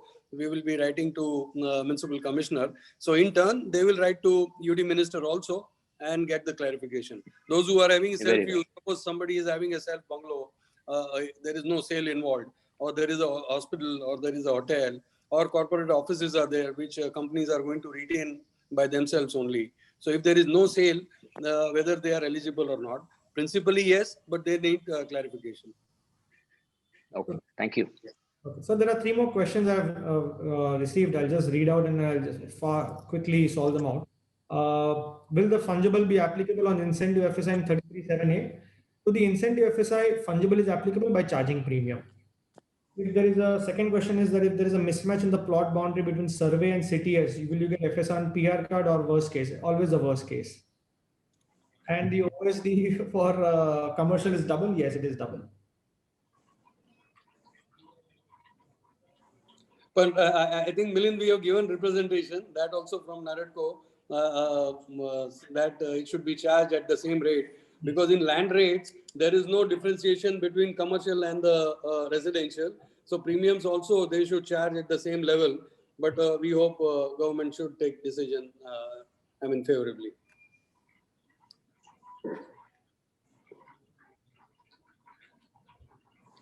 Abhijit, are there any more questions, or you want to?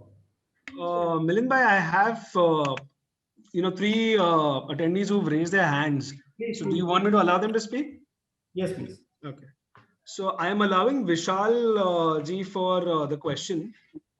Vishal Paul. Vishal ji, you can ask your question, please. Unmute yourself and ask the question, please.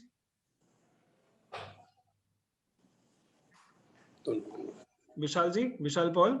Hi, can you hear me now? Yes, yes. Okay, so I'm going to sound a bit naive because I'm not too well versed with all this. But does this DCPR apply to the MMR region? I mean, outside of Mumbai to the suburbs? If I have a piece of land over there, does it apply to that also? It does. Yeah, Milind, you can answer. You can take it. Yeah, but it does not apply to. It will apply to only Mumbai jurisdiction as such. MMR, of course, new set of rules are there, but now already UDCPR is out, and that will be applicable to those areas. But the premium reduction, it is for entire Maharashtra.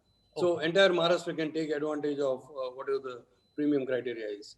Just out of curiosity, if this kind of a premium reduction and increase in FSI comes to Mumbai, a lot of sale happens. Does it affect the surrounding areas, in demand or anything like that?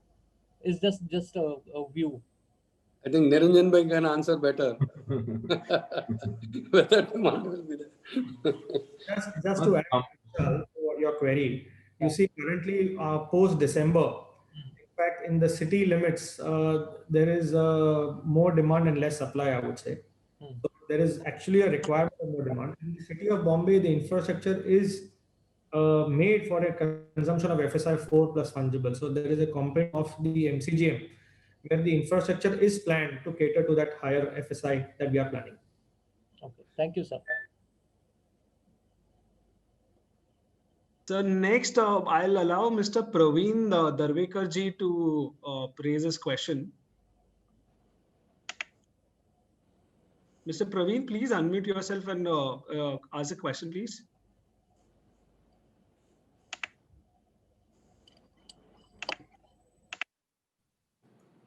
Praveen ji.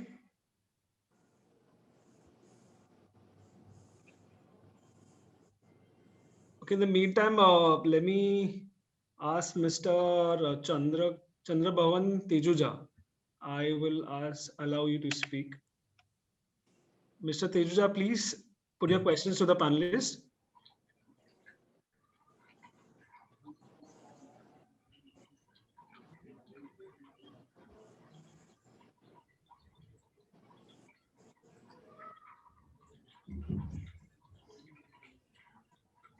I think there are a lot of questions pending, but I think one thing we can keep talking. I think Manoj bhai, I and Milind, we are there, and of course everybody else.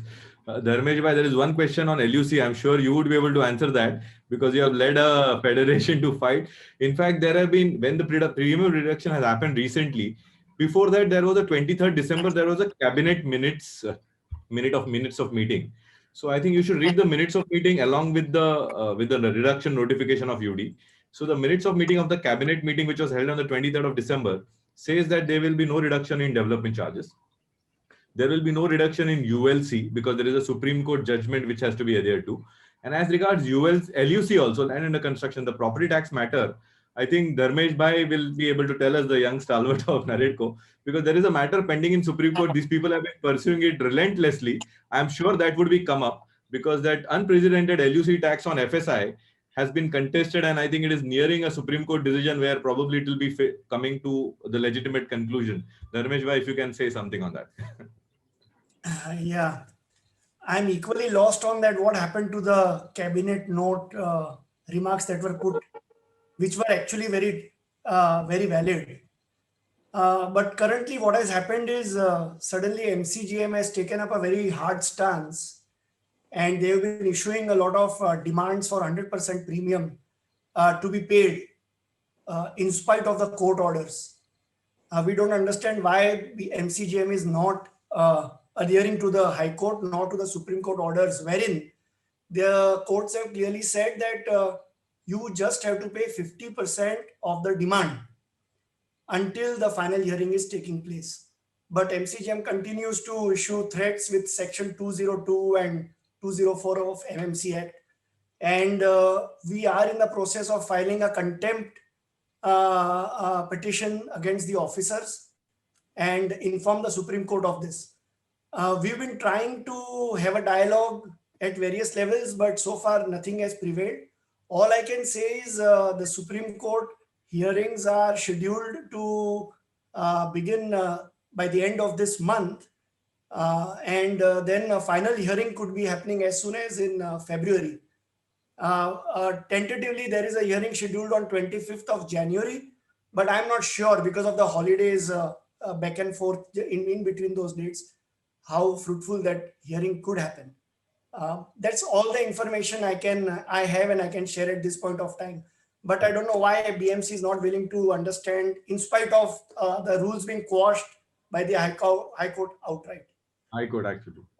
LUC charges should be payable on the base FSI, not on the increased FSI. That is basic FSI, and that is what the even the cabinet meeting was discussed. But they have referred to the Supreme Court SLP petition of 17009 of 2019. So whatever is the decision that comes there, I'm sure it will help the entire city of Mumbai as regards the problem of LUC with Dharmesh bhai you just mentioned. Yeah. So there are a few more questions here. I will just read out a couple of them. What about premium in case of development where there is only lease and no sale? Of course, if there is no sale, then there is no stamp duty adjustments. I think you better stick to it and take your benefits. But the moment you do any sale, whenever you don't want to lease it out, you will have to pay it for yourself. The second question is under 3312, the areas to be given to contravening PAPs is to be certified by ward. And if developer wishes to give additional area to contravening PAPs from sale area, well, you have to understand the process first. The process is that you're taking only a simple letter of certification from the ward and going for concession approval. At that stage, you have no agreement with the PAP owner. Then you have to provide only as per the area that is given in that particular letter plus the fungible. Once you enter into an agreement with that person, and if you want to give additional area, only in case of contravening, not in case of slum structures, there is a possibility that you can provide him additional area. There is no, you see, constitutionally, nobody can stop anyone from buying area if he's a legal tenement or a legal structure. It's his right to buy additional. But only in case of slum, to avoid misuse, they have introduced this restriction, you can say. And then there is a question: can a developer can a developer offer concession premium and not to sell any unit in this period? Is it allowed? Whether it is this period or not, if you have opted for the concession under this, what it says is that the stamp duty has to be borne by you. So you may not sell the unit in this year, but you may sell the unit in the next year. But since you have availed the benefit of the premium, they would expect you to compensate the buyer for that. That is the overall principle of the fundamental of the principle. So you cannot take since the benefit is only in this year, the benefit will be passed on to in this year itself. I think the essence of the rule has to be taken into consideration. And there is one last question which I got is, what is the mechanism to verify if the builders pay the stamp duty or don't overcharge the value of the flat?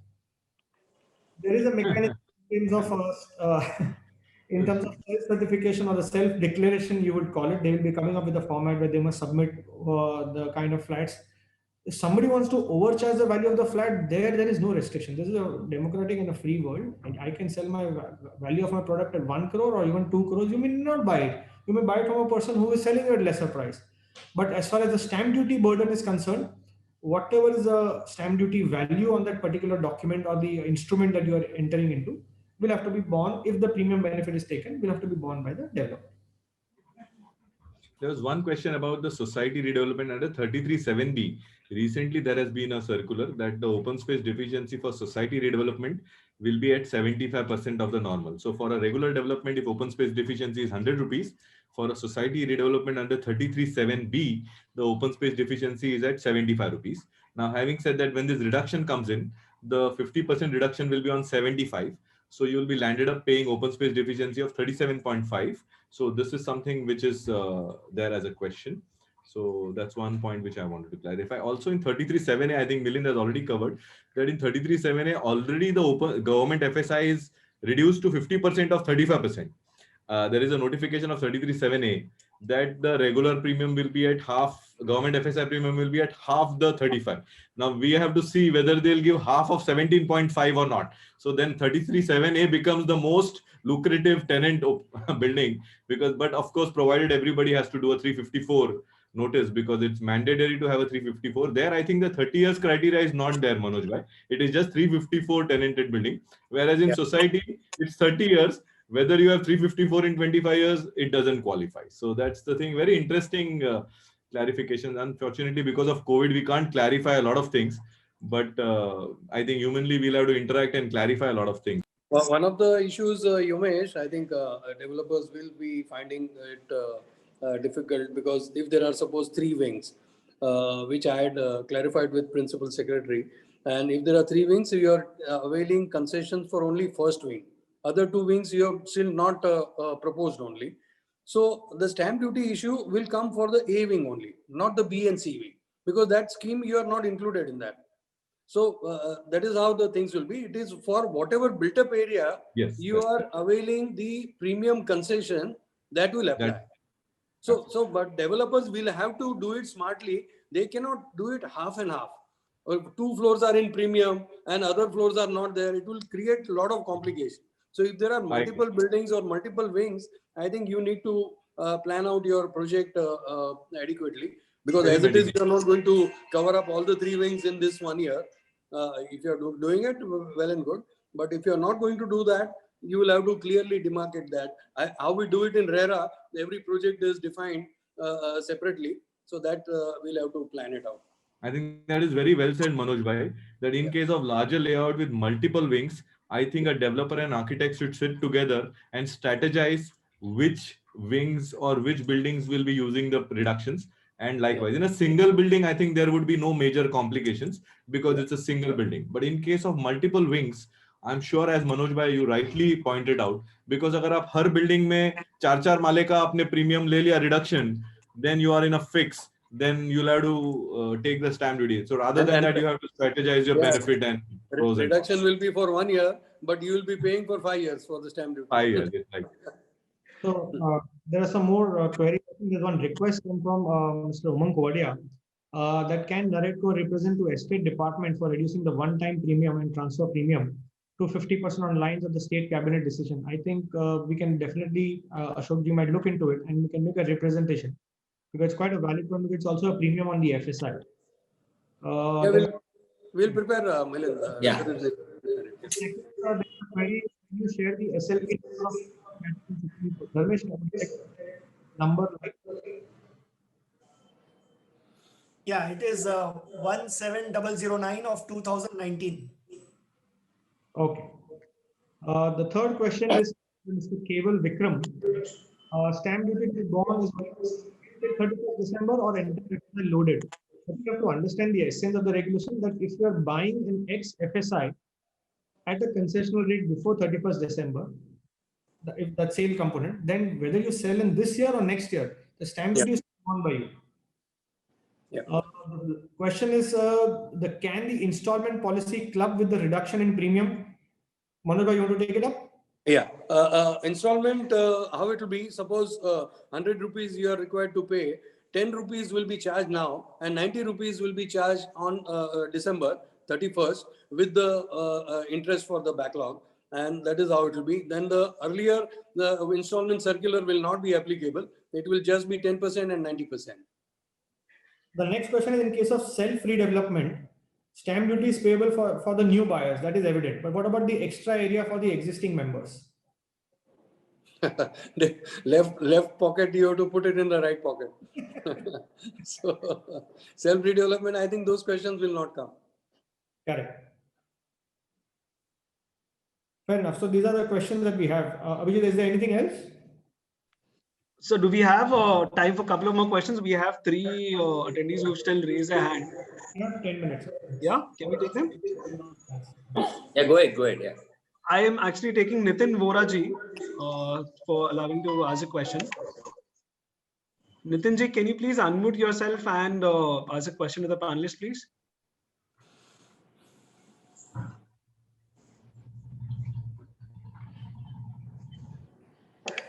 Nitin Voraji. If his question is there on the chat box, can you read it out, Abhijit? He's not put his question in the chat. I'll quickly check. Then we'll take the next one. Who's ready? I will ask Mr. Vittal to speak, please.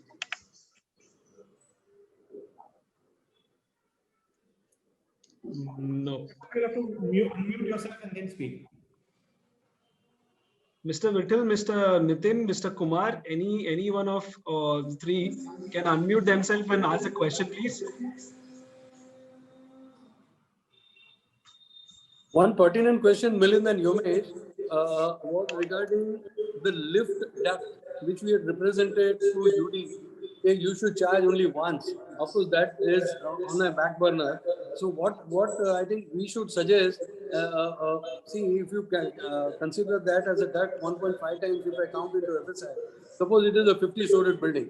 Now you calculate the quantum of premium vis-a-vis the FSI, going just a duct of 3 square meter into 1.5 and whole 50 floors you are paying the premium. So this, I think even NBC says you should count only 1.5 times. And in Thane and all, they are counting just once because lift can stand at a time at 1 floor only. it can't stand on all 50 floors together. So that duct should be charged once only. That is what I think we should also have. Ashokji, I would request we should have one meeting with Principal Secretary. All these small issues are there. I think that will also bring a lot of relief to our industry. Certainly. Yeah. So there are 3 more questions that have come. I will just read out. Is the 50% premium reduction directive will also be applicable to capitalized value, not compensation value? In case of municipal tenanted properties, currently no. We need to reduce the extra water charges, sewerage charges, and LUC by MCGM, but that's covered under the current because these are charges and not premiums. It can be separately represented.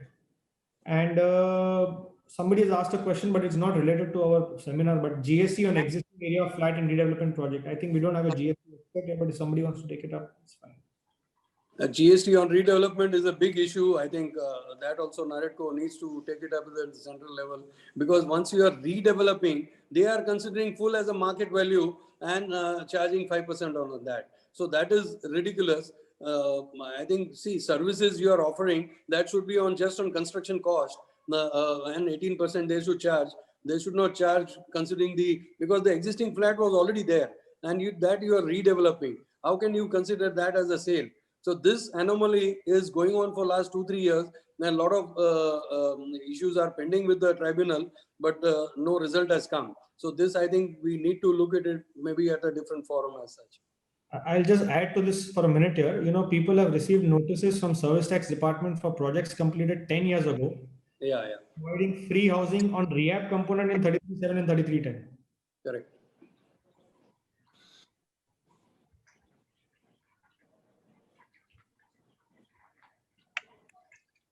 Right, sir. So yeah, I don't think so. We have any more questions. So let me request our committee member, Mr. Kamlesh Thakur, to give a vote of thanks to all the attendees and panelists attended today's webinar. Yeah, hi. Thank you very much. Oh my God, what an interesting conversation we had.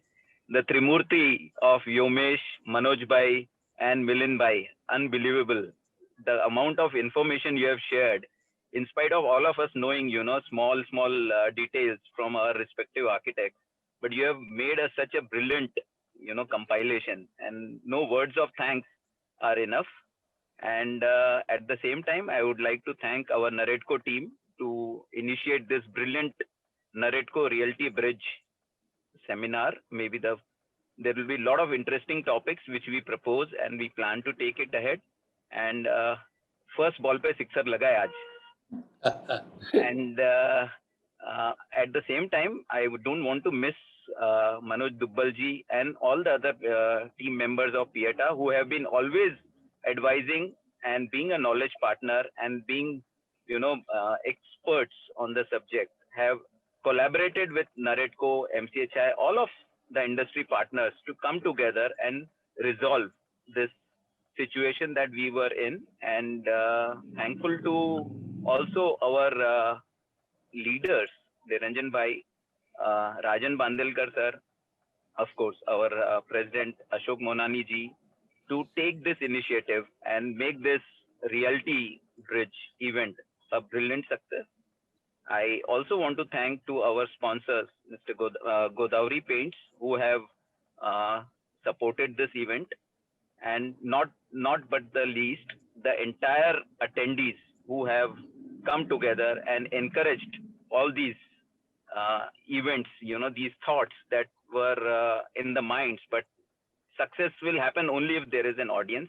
So audience is also there, and the panelists have been excited to get all kinds of questions which they have raised, valid questions, and everybody is happy. I believe the thing has just started. We'll have to collaborate much more and fine tune these policies and await the final circular, which I think is expected in a couple of days' time.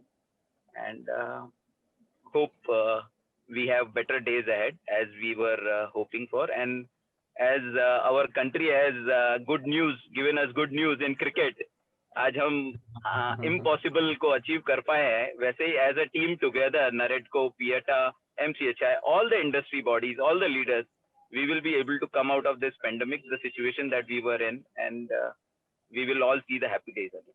Thank you very much. Over to Abhijit. And Abhijit, we do have our sponsor, Godavari Paints. Unfortunately, he was traveling, so he couldn't join, but he's asked me to play the AV of their firm. So I'll run the AV right now. The year was 1960. The construction and architecture industries were in for a pleasant surprise. The first Indian company to start manufacturing cement paint was set up. With the goal to be the most distinguished player in the market, we began our journey. By 1972, we also started to manufacture exterior and interior paints. And in 2014, we expanded by setting up a centralized plant at GIDC Vadodara, Gujarat, an ultra-modern plant with a production capacity of a whopping 12,000 metric tons per annum. We produce a wide range of exterior-interior paints and textures. We provide complete paint solutions for architectural coatings. We cater to a very niche clientele. We believe in precision and getting it right in a way that's good for everyone, including the planet.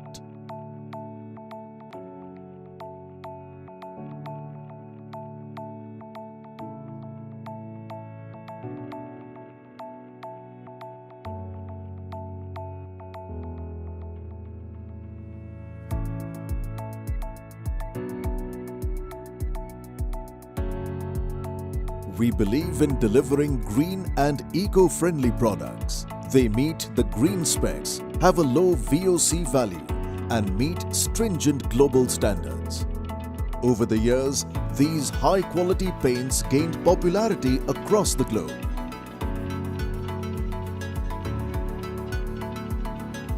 And soon enough, we were awarded export awards from CapExil. All our products are produced with the latest state-of-the-art technology.